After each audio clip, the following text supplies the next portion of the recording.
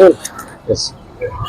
तर 9 ऑगस्टला RG Kar medical college Kolkata इथे एक अत्यंत दुर्दैवी घटना घडली. सेकंड इयर निवासी डॉक्टर जी आहे द्वितीय वर्षाची, तिच्यावरती अत्याचार करून तिची हत्या करण्यात आली.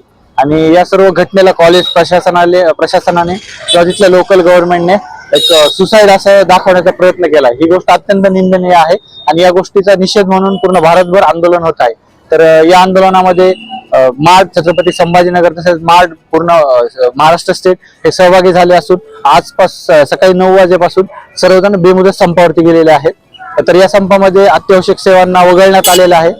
त्यामुळे सर्व अत्यावश्यक सेवा ज्या आहेत, emergency OTs, casualty, emergency services या सर्व चालू ठेवण्यात आलेल्या आहेत. संप हे अत्यंत शांततापूर्व पद्धतीने आंदोलन करण्यात येत आहे. सर्व डॉक्टरांनी काळ्या फिती बांधलेल्या आहेत.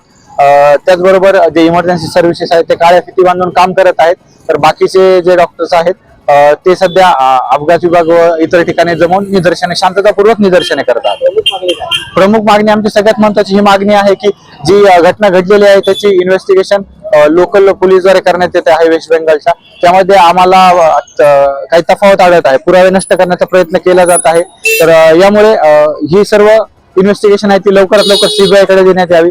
त्याचबरोबर मेडिकल प्रोटेक्शन ऍक्ट प्रलंबित आहे पार्लमेंटमध्ये, तो लवकरात लवकर अंमलबजावणी करण्यात यावी. त्याचबरोबर लोकल लेवलवरही सुरक्षा रक्षकांमध्ये वाढ, त्याचबरोबर निवासी डॉक्टरांना वसतिगृह, ऑन कॉल रूम या लवकरात लवकर तयार करण्यात यावे अशी मागणी आहे. मी डॉक्टर रोहन गायकवाड, अध्यक्ष माड, छत्रपती संभाजीनगर.